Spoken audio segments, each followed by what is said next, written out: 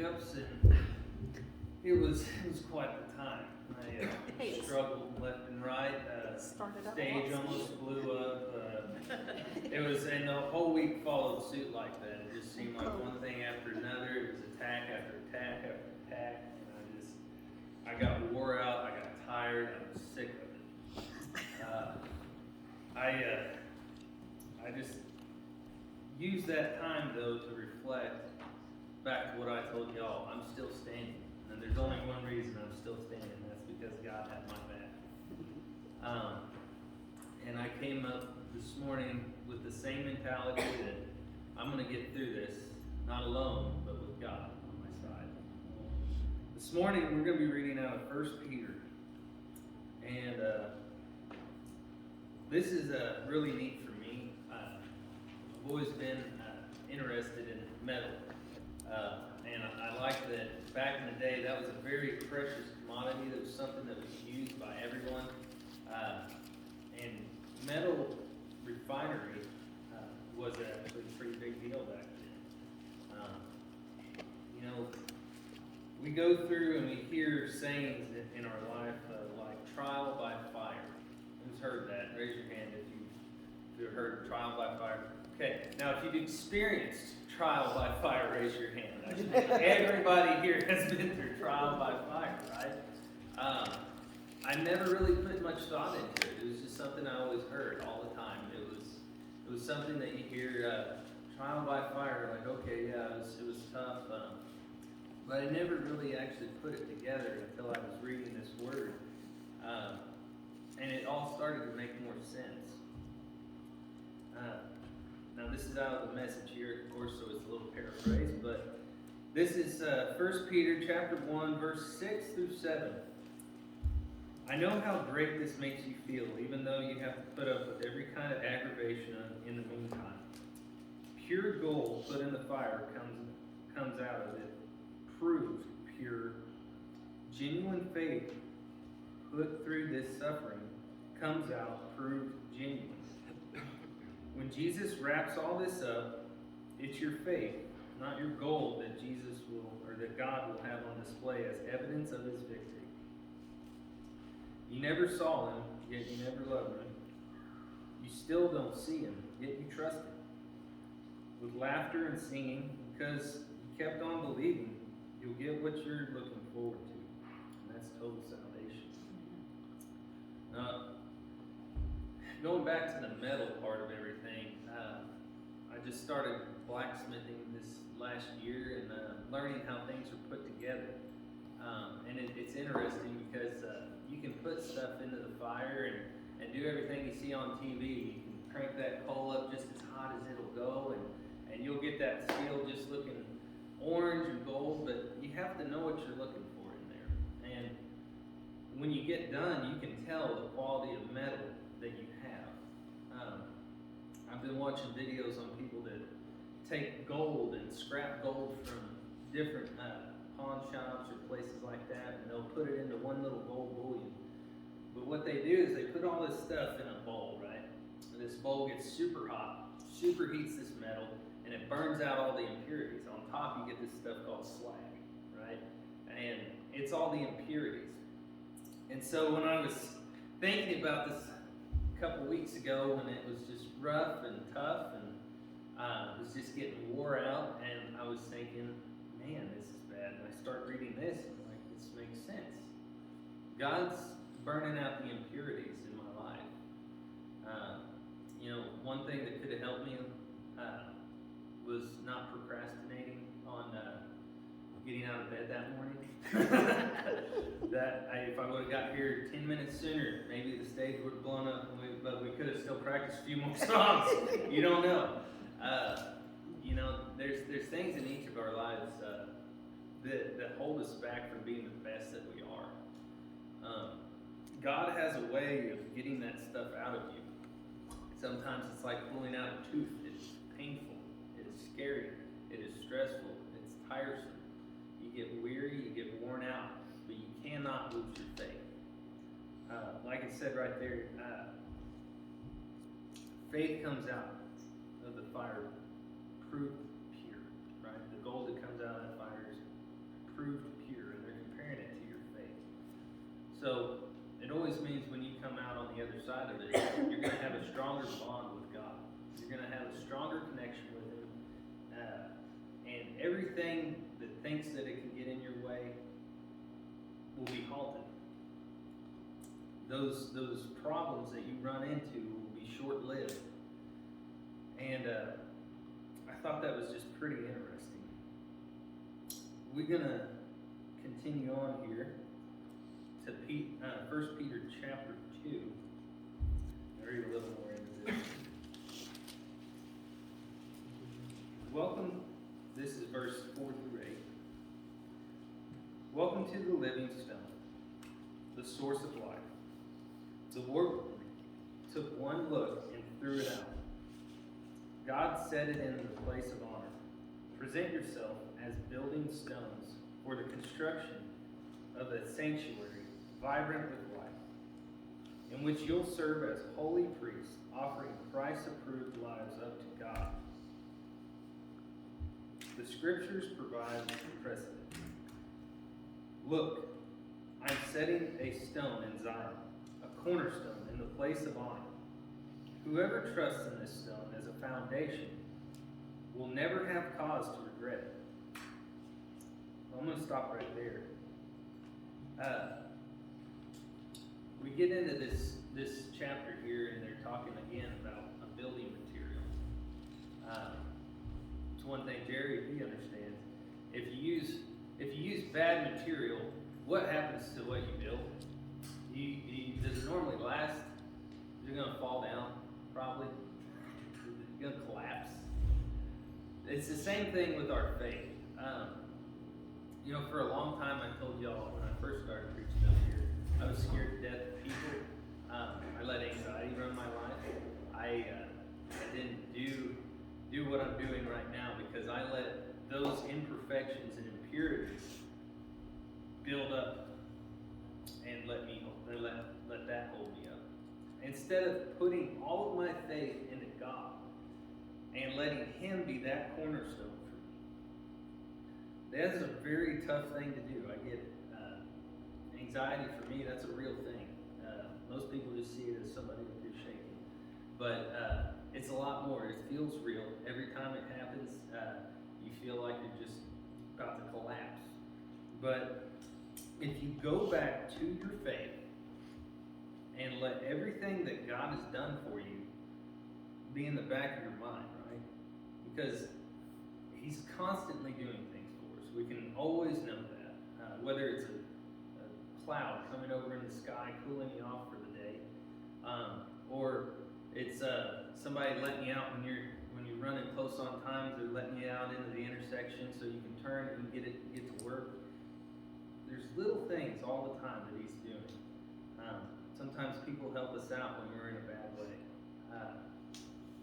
If you let that stuff be at the back of your mind, that God is putting all these things into your life for you, whenever you get to those hard spots, your foundation is going to be there. You're going to resort back to your training. You're going to go back and say, okay, where was He when I needed Him? And you'll be able to find yourself stronger because of that. I'm going to continue reading here. It says, to you who trust Him, He's a stone to be proud of. But to those that refuse to trust Him, the stone the workman threw out is now the chief foundation stone. For the untrusting, it's a stone to trip over, a boulder blocking the way. They trip and fall because they refuse to obey, just as predicted. That's kind of funny there. It seems like all the way back then, they were still having the same troubles we're having today. They let things get in their way and trip us up. They don't let their focus be on God. And I think it's neat that even to this day, there's a scripture in here that pertains to me because I constantly let things get in my way. Sometimes it's just just the simple fact of not calling somebody out on something that you don't think's right. Sometimes it's something more simple than that. Sometimes it's stuff that we're doing that we're afraid to carve our own self out on. I get none of us are perfect, but we all need to strive to try to be the best that we can be. When we were reading last time, we talked about our bodies being God's temple, right? And if we're God's temple, if we fill it full of impurities and we don't take care of it, it's just like using bad material, right? We collapse, we fall, and when those things fall down, they block our way, and it's harder and harder as you go on to get past it. It's not a I want to say a quarry. It's not a reliable quarry where you can contain good stone where you go. It's fractured stone that you find out in a field or something. You try to piece it together. And God will give us a quarry to find the right pieces that we need in our life to build up our relationship with Him, to build up our relationships with others. Because whether you believe it or not, we rely on each other. Every one of us relies on each other to hold each other up. Even the ones that I've seen that say, "Oh no, I'm independent. I can do this all by myself. I don't need anybody.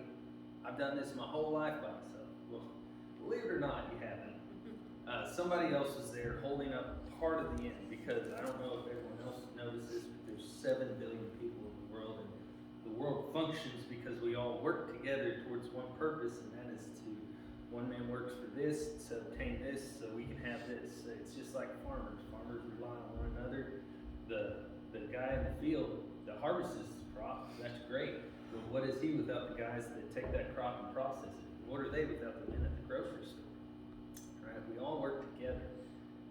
All this stuff comes together. So when we're talking about foundation and slag in our life and imperfections and impurities, sometimes that's people. Sometimes they've got their own slag. They've got their own problems. And sometimes we need to help dust that off. I'm not saying you need to rule them out of your life by any means, okay? Sometimes that may be the case. If they're unwilling to give up bad habits that are bringing you down, things that are holding you up, sometimes that's what we have to do. You got to remember, Jesus always hung out with the worst of the worst. He led the worst of the worst. I was one of them. He's the one that took care of us, and without people reaching out and helping the ones that need Him the most, where would we be? Where would you be? I mean, you wouldn't be here. I can tell you that. So we want to work together as strong, foundational building blocks together as a team. Now, this is a part of building your team. We're going to go to 1 Peter chapter 3. This is going to be verses 1 through 4. Guys, you're going to love this. The same goes for you wives. Be good wives to your husbands, responsive to their needs. There are husbands who, indifferently as they are to any words about God, will be captivated by your life of holy beauty. What matters is not your outer appearance, the styling of your hair, the jewelry you wear, the cut of your clothes, but your inner disposition. Cultivate inner beauty, the gentle, gracious kind that God delights in. The holy women of old were beautiful before God that way, and were good, loyal wives to their husbands. Sarah, for instance, taking care of Abraham, would address him as my dear husband. I don't know if I'm going to get that out of my wife, but I might try. You'll be true daughters of Sarah if you do the same, unanxious and unintimidated. But don't think you guys get out of this either, because it says, the same goes for you husbands. So husbands, let's listen up here. Be good husbands to your wife. Honor them. Delight in them. As women, they lack some of your advantages, but in new life, God's grace, you're both equals. Treat your wives, then, as equals, so your prayers don't run around. Summing up, be agreeable, be sympathetic, be loving, be compassionate, be humble. That goes for all of you. No exceptions, no retaliation, no sharp-tongued sarcasm. Instead, bless that that's your job, to bless. You'll be a blessing and also get a blessing. Whoever wants to embrace life and see the day fill up with good, here's what you do. Say nothing evil or hurtful. Snub evil. Cultivate good. Run after peace for all your worth. God looks on all this with approval. Listen and respond well to what he's asked. But he turns his back on those who do evil things. So what did we hear just there? That was our keys to getting the slag out of our life, right? We don't want to say anything hurtful. We all know that. We want to snub out the evil and cultivate the good, right? What does that mean? Snubbing out the evil, cultivating the good. I think of it in the fact of a farmer. You get rid of the weeds, right? If you get rid of the weeds, or if you leave the weeds, so to speak, your plants are going to be starved for water. They're not going to be the best they can be. They'll still be there most of the time. They won't choke it all the way out, but it does cause a problem. You don't get the best bang for your buck. That's why farmers spend so much time doing chemical treatments, cultivation, pulling weeds out, because they want the best crop that they can have, right? So that's key to us. We want to put that kind of investment that a farmer does in his own crop into cultivating a relationship with Christ. Sometimes a week can be as simple as TV shows. If you're spending 3 hours a day watching television and you can't spend 30 minutes or more reading your Bible, where are your priorities at? Where does that put you at in a method of making and growing a good crop with the Lord, so to speak? I love this next part here. This is going to be verses 13 through 18. With heart and soul, you're doing good. Do you think that you can be stopped? Even if you suffer for it, you're still better off. Don't give the opposition a second thought. I'm going to stop you right there. Sometimes giving opposition a second thought is tough, because most of the time I will get hung up with, did you hear what she said about me? Or so-and-so? Or did you hear what he's saying? Sometimes it's easy to get hung up on it, because we have that natural tendency to be defensive. And I'll tell you, I've been through it firsthand, and the easiest way to get past it is to ignore it. And sometimes that's hard to do. Sometimes the voices are loud, and you just want to say something back, and you know you're right in your heart, but you don't say it. And that's how you can keep those kind of oppositions out of your life. Through thick and thin, keep your hearts at attention in adoration for Christ. Be ready to speak up and tell anyone who asks you why you are living the way you are. And always, with the utmost courtesy, keep a clear conscience before God. So that when people throw mud at you, none of it will stick, and so they'll end up realizing that they're the ones that need a bath. It's better to suffer for doing good. And if that's what God wants, then to be punished for doing the bad. That's what Christ did definitively. He suffered because of others' sins, the righteous one for the unrighteous. He went through all, was put to death, and then made alive just to bring us to God. Man, that's powerful. I've heard that for a lot of years. He was put to death and then brought back to life. You hear he died on the cross, and you hear all those tales. And you hear about the cat of nine tails and him being beaten and persecuted and wrongly judged and all that. And in his last moments, what did he say? Forgive them. They don't know what they're doing. Right? In the worst of the worst, our Father gave us the best example possible. The most absolute brutal thing. He was completely treated like somebody that had murdered or rapist or as a terrible person out there. He was treated unjustly. He wasn't even given a fair trial. And in his last words, he says, forgive them. They don't know what they're doing. I just think that's so powerful. If he can do that, he was leading the ultimate example of how we are to get through life.